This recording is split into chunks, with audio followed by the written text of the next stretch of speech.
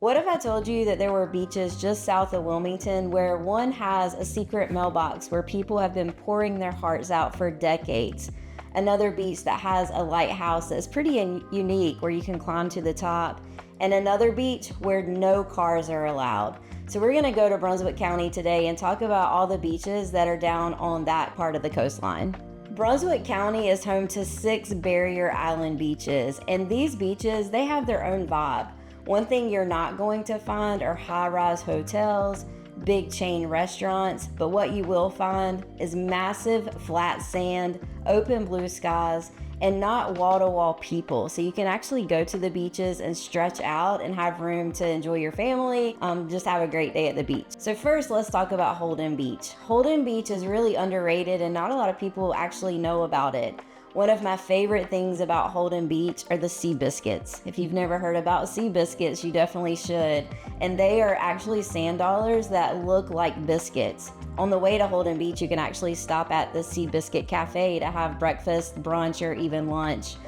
These are local folks that decided to use local produce, local proteins, and make food that's been featured in many magazines as one of the best on our coastline. The other cool thing about Holden Beach is that there is a thing called ghost crab hunting. And if you've never heard of this, you should come to Holden Beach at dusk, bring a flashlight, and you will see these little ghost crabs running around the island. They dig little holes and they disappear very quickly. It's such a fun event to take kids to do. They will love it. The other thing about Holden Beach is that this is a huge turtle nesting area. And so in the end of summer, early fall, you will see tons of nests and you'll see people sitting around these nests waiting for the turtles to hatch.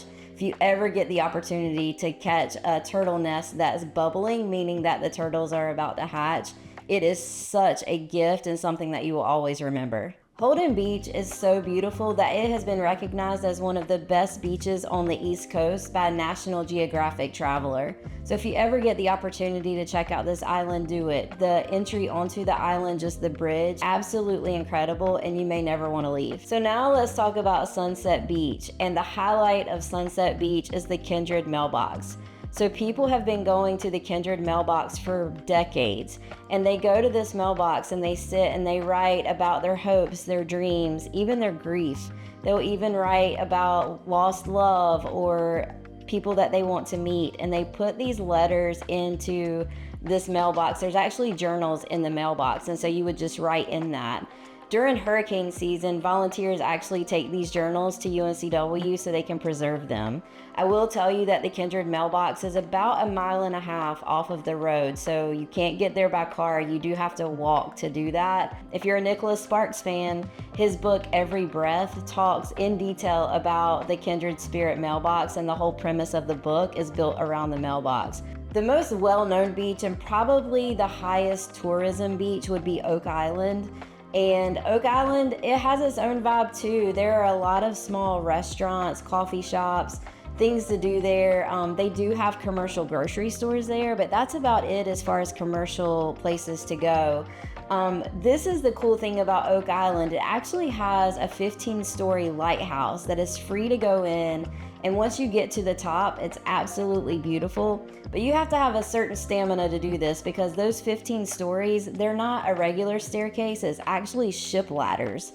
So to get to the top of that lighthouse, you have to climb 15 stories of ladders that were used in ships. So make sure you do your cardio training before you come, and definitely check out Oak Island where you can go across most of the island on a golf cart. You have multiple beach accesses and plenty of sand to check out the beach. So fun fact, Brunswick County is one of the fastest growing counties in the United States. For a while, we were ranked number 3 in Brunswick County as one of the fastest growing. So if you're thinking about real estate and where you'd like to be, the return on investment in Brunswick County is huge.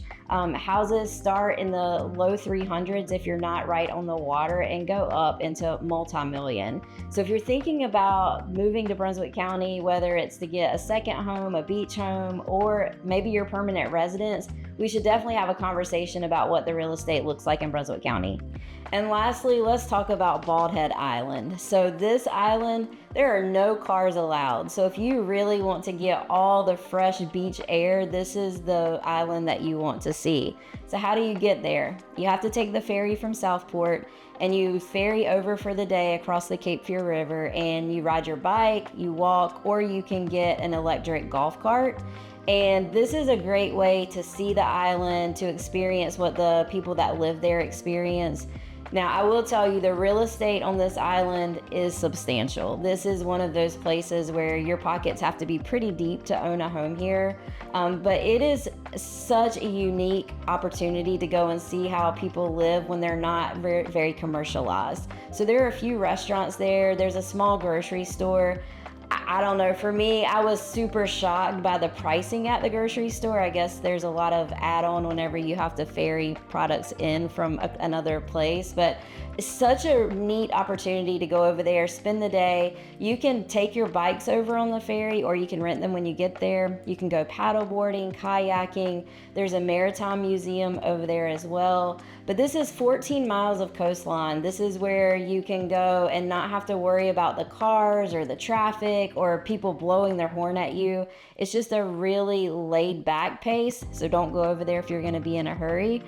This is also an island where a lot of people do destination weddings. So huge homes there that are great Airbnbs, like I'm talking 14 bedrooms, but you're looking at multi-million-dollar properties there.